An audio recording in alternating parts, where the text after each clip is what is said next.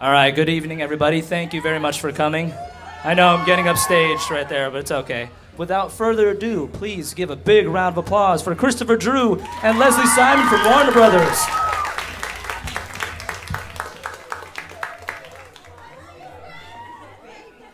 Hi, everybody. How you guys doing? Hi. I'm Leslie. I work at Warner Brothers, and I used to work at Alternative Press and a couple other places, and I'm going to be chatting with Mr. Drew today.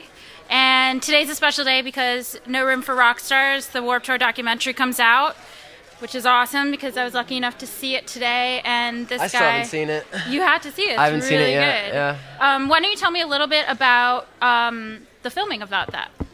Well, it was about, I think it was almost 2 years ago now. Summer 2 years 2010? ago. Yeah, 2 years ago this summer, and I was on this thing called Warped Tour, and it was a real fun time. And pretty much these guys were following us around with cameras, shooting us, making us feel nice and comfortable. It's fun. Hi. It was a very revealing look, though. It seemed like they were with you all the time. How often would you actually film, and did you ever get used to having cameras around you all the time? You know, I'd just see them here and there. They'd walk up, and they'd be like, "Hey, you want to do an interview?" And I'd be like, "All right." And that summer, I was something else, though. I was having a great time that summer. So I haven't watched this thing yet. I don't know if I said anything ridiculous, but I know that I was partying that summer pretty hard. Still am partying, actually. It's been like a cycle. It's also a crazy summer. You had some foot problems, right? Yeah, actually, I hurt my foot. I think I broke it, but I went to the hospital and they didn't give me a cast, so I just said fuck it, and I just said F it, and went on and just pretty much walked on it after a while. But then I went longboarding, hurt it again, scratched my foot up pretty bad, and yeah, a lot of foot problems, but it made me stronger.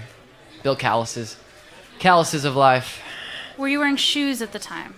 No, I wasn't wearing shoes. I don't really like shoes that much. When did you and shoes stop getting along? In high school, kind of. It was the last time I really wore a lot of shoes was in like sports in high school, because I was really a sports kid. You know, I liked sports a lot. And but since I retired from that whole shindig, shoes have just kind of disappeared off my feet. Yeah. You've moved on. Yeah, moving on. So now they're just all calloused. You don't have to worry about anything? Yeah, they're really gross. Awesome. Like, I'm still trying to find a girl that will massage my feet. Like, I haven't found one yet. I think you can... They look at them, and they're like, I don't know.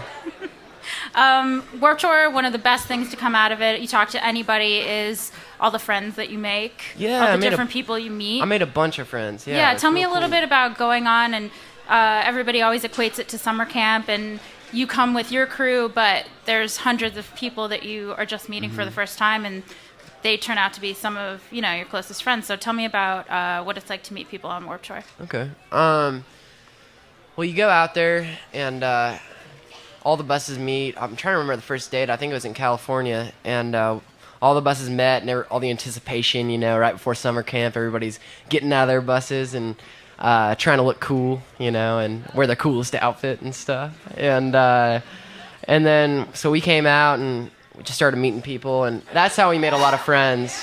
Yeah, so. Cool. So okay. How do you keep in contact with those people? Because a lot of the people that you meet are in other bands, I'm assuming, right? Yeah, I'm not really the type of guy who keeps in contact with people. Okay. I like face-to-face kind of contact. Totally. And whenever I meet somebody, I'll usually get their number, but I lose phones and break phones so often that I lose all my numbers. So. Is it hard for you to stay connected to friends back home, friends you meet along the way? No, it's not. It's not hard at all. It's really easy if I want to. Yeah. It all depends if I just want to get in contact or not. Because I like just blowing in the wind. Right. So. Well, a big part of the movie you haven't seen, but you guys will all see because you'll see the movie. There are usually bands that follow Warped Tour that aren't actually on Warped Tour, and they're selling CDs, and they are dying to get on stage eventually to play one of the stages. So I'm wondering what advice you have to those bands that aspire to be on Warped Tour or a similar type tour when they're starting really at ground zero? I think just longevity. You know, if you if you put in the time, put in the practice, and just keep going. I mean, I've been playing music for like 5 years now, like nonstop. You know what I mean? So, and it's working out good. You know, made a career out of it and get to meet a bunch of crazy awesome people and pretty much live out my dream. But really, it just comes down to practice and longevity. You know, and patience.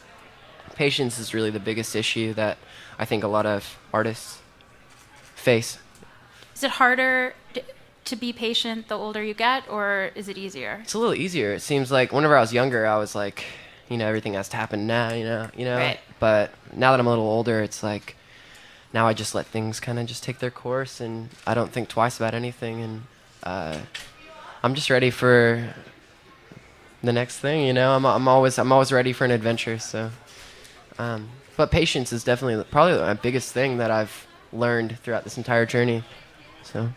Another thing that seems to have happened since War Tour is that you've turned into a three-piece, Never Shout Never, right? Got 3 dudes, kind of set lineup. Yep. I'm wondering how you kind of whittled it down from playing with other musicians to these are the guys that I want to spend my time with. Well, I got my buddy Taylor and Hayden, Tay and Hay, and pretty much I've been playing music with them since I was about like 13. We've been playing in bands, like we had some really janky bands, like what was our first band called? Trading Hearts. Trading Hearts was a really bad name, but it was a fun band.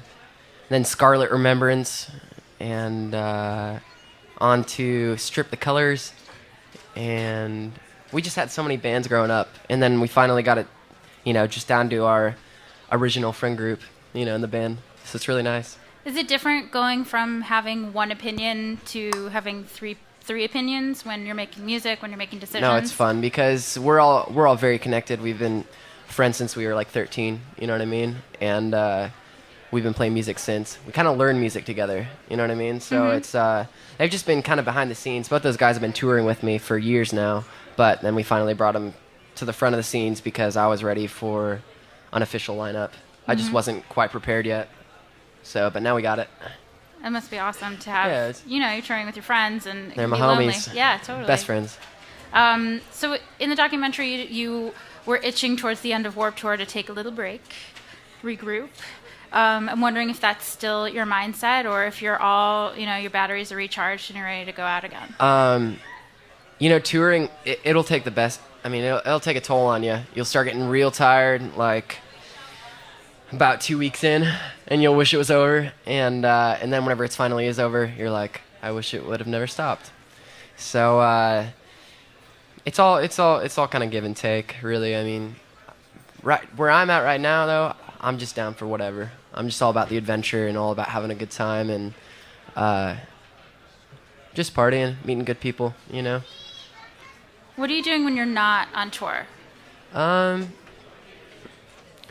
traveling a lot. I like to travel, and I also like to stay in my hometown, Joplin, and I throw a lot of raves and other events. And I have a little record label, too, on the side that I'm, like, signing some local artists to. And I stay really busy. You know, I like being busy, so. Is it, it's got to be beneficial kind of knowing the business side of that when applying to, you know, Never Shout Never and what you're doing with your side projects and stuff? Yeah, like all the artists that we're signing to Loveway Records is they're all going to be like signed with the exact same deal that I signed with to Warner Brothers. Like it's like because we got a really nice deal, and it's I don't know, it's just a really nice deal. So we're going to try to redo that with every artist that signs. That's awesome. Do you want to tell us about any of the bands that you're excited about? Yeah, I got these guys, Remnants. They're like a metalcore band, and then I got my boy Friendly Quinley, who's like he's like a rapper, DJ sort of style. It's real cool. And then I got this other group, Gonzo, that I'm in, that I've been making like electro house sort of stuff with, and I mean I like it all. We have a lot of stuff lined up. So That's awesome. yeah.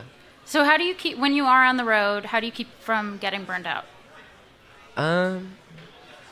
Just keeping a positive attitude, you know, because it really comes down to whether you're on the road or just living your life or going to work or whatever, it's like if you have a smile on your face and positive about everything, then you're going to be fine. And it doesn't feel like work. It feels like fun. Everything feels fun, you know? I know. How do you keep yourself so optimistic? I mean, you're so positive. You try to be really positive, and everybody has bad days, right? But I guess, where did you kind of come in contact with like spirituality and in a way that you can change your mindset when you're maybe feeling down? I realized that the lower the lows, the higher the highs, you know? And pretty much as sad as you can get, the sadder you can get, the happier you can get, really. You know what I mean? Long and short define each other, and happy and sad depend on each other, you know? And it's got to be good for the creative process, right? Oh, yeah. I mean, being super happy to write something super sad. Whenever you're at peace, you know, creating, then you're more open to really all emotions of the universe, you know? You're one with everything, you know, and you can capture from everything instead of just capturing from your self. I mean, really, your own ideas, you know. It's whenever you're not attached to your own ideas, then you're open to the universe and really everything that has to offer for you, you know.